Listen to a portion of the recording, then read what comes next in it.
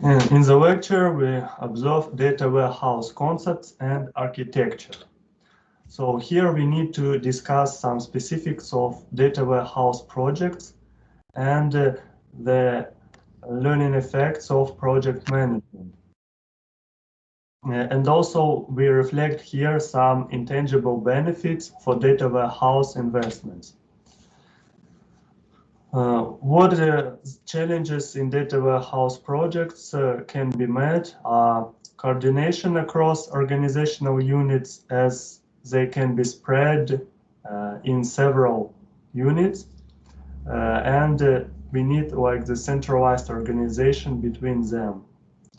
Then uncertain data quality in data sources, then difficulty to scale data warehouse. Some intangible benefits can be not or always easy to reach, and they can be necessities to increase the data quality, especially get rid of missing values. Then we need to make data more available for users and for organizational structures. And there should be high level of compliance with data standards. These organizational units can become tangible over time. So the learning curve for skills. At the beginning, we usually have the low performance, then there is a acceleration, and then there is a plateau. So we start from the slow beginning. So when we when we want to increase the performance at the initial steps, we need more trials to achieve this result. Then there is a fast acceleration in performance, and then we can have the plateau. So when it is plain, we cannot achieve better performance results without the global and cardinal changes in some organizational structures.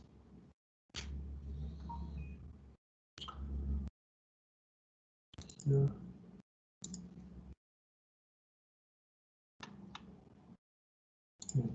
Everybody is here.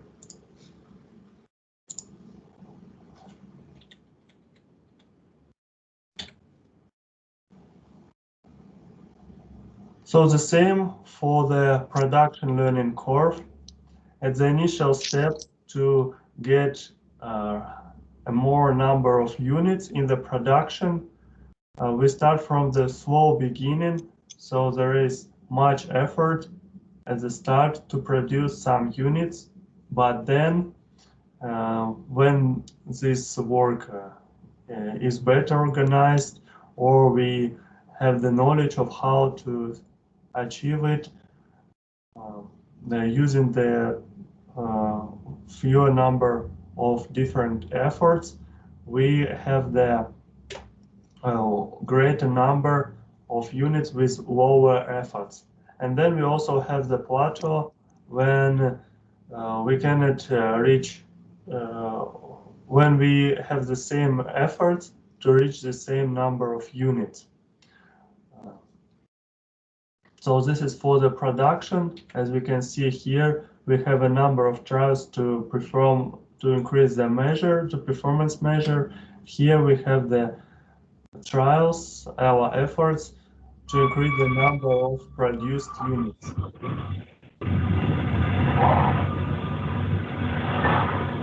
Here is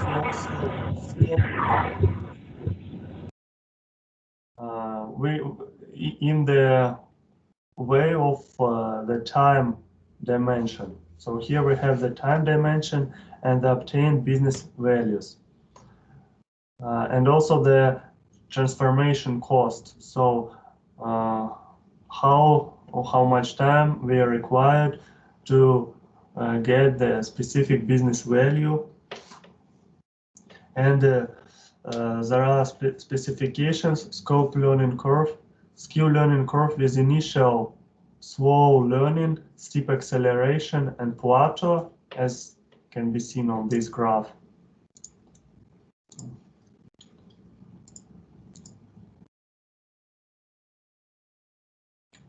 Can be seen on this graph.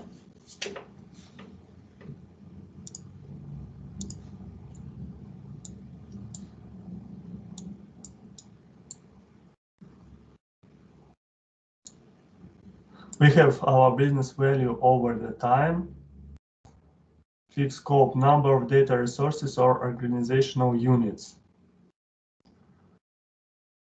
So it means that we observe how much time we are required to obtain the business value if we have the same number of data resources and organizational units.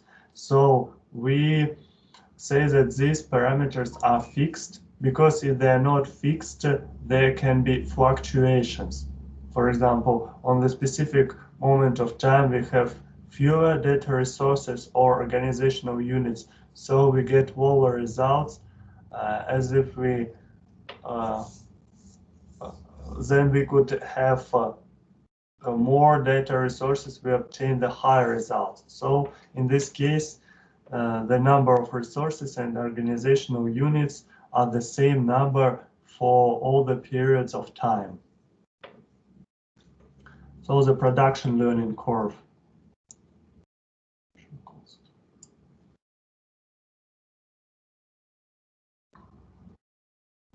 It's like the opposite way, because we have the time and the cost required for the transformations. At the initial step, we need more cost to achieve some result.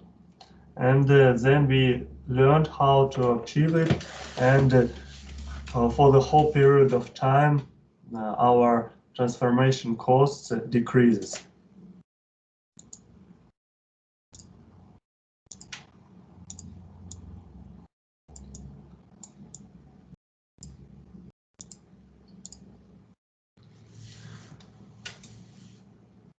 So the same, it's about the business value and the project risk.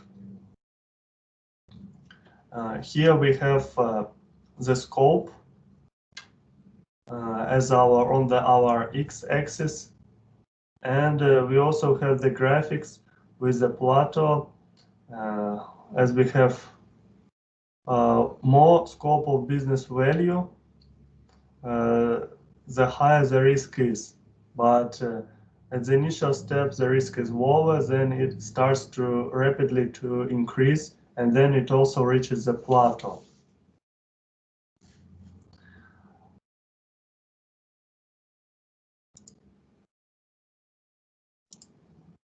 Oh, like this.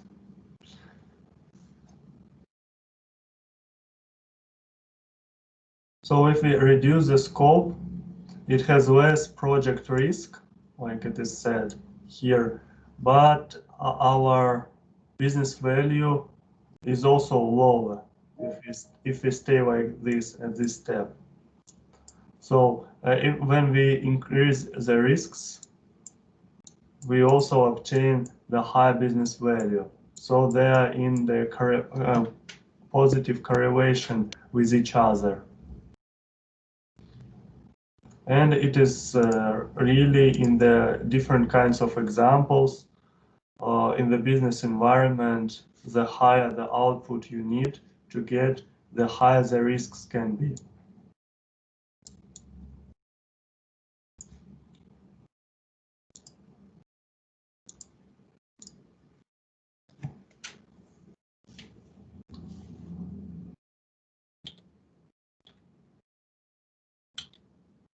So about the organizational architectural issues, we have the data warehouse scope, we need the integration level, and like for the project scope, we use the number of data sources, the number of organizational units, and in the integrational level, we have the coordination and cooperation among business units. So when we want to integrate one unit to another, we need to have the cooperation between them. In other case, it will not work. So we need to also to find some common entities. And in some cases, we also need to modify system resources. So source systems. So there are two strategies that are also realized in the computer algorithms, programming algorithms, bottom-up and top-down approach. Here, when we have the top-down, we start from something larger, like this whole unit. And at this level, we start at enterprise data warehouse, so the hugest one. Here we have high integration levels. We have some logical centralization, and we have the largest project scope, so just the global one. Now, on the bottom-up level, we have on the lower level some data marts that keep a specific amount of data for the organizational unit. Then we have also the lower integration levels, and we have some smaller project scope.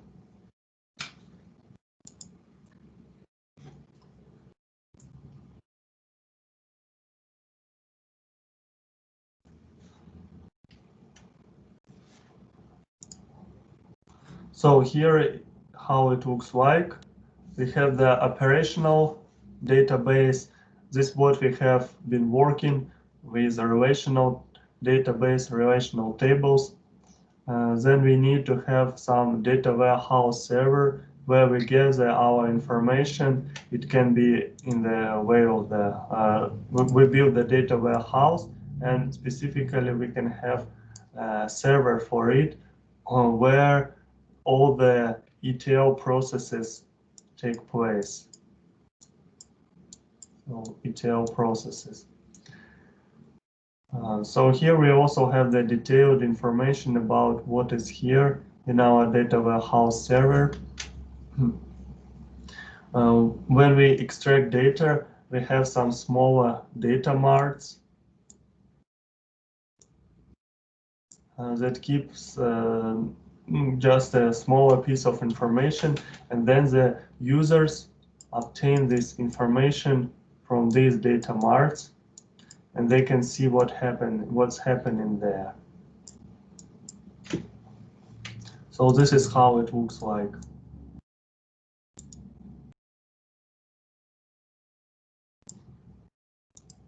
So this is a top-down. This is because first we have this data warehouse server, like the global one.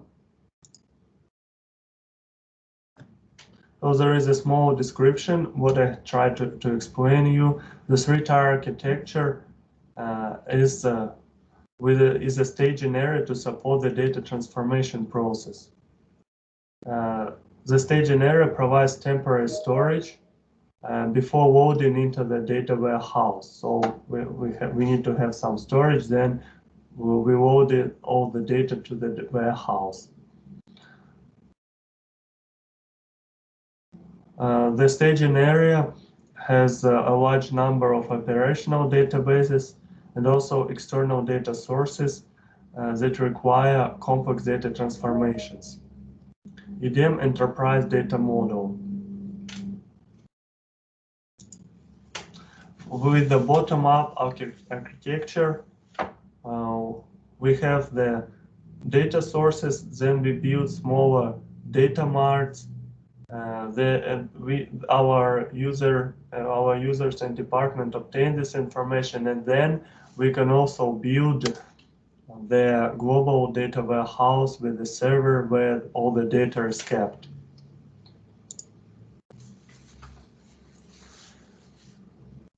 In the bottom-up architecture, we have like this independent data mart no centralized data warehouse.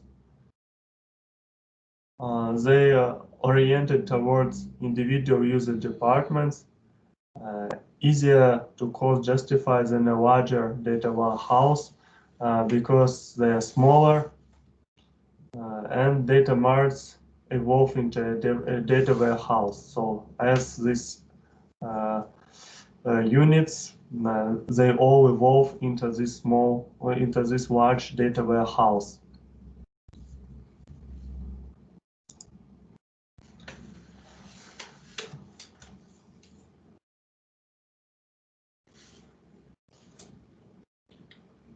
There is some organizational specification in the federated architecture, federals,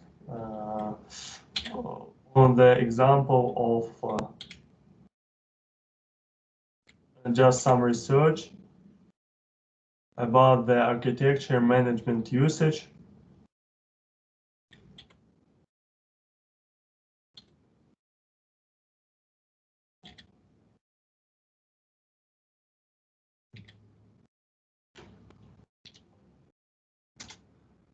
The only idea that was important for you, I just wanted to represent you these two approaches, bottom up and top down, so you could have so in the way you know the specifications, what is happening there, how we can process the data there, and so on.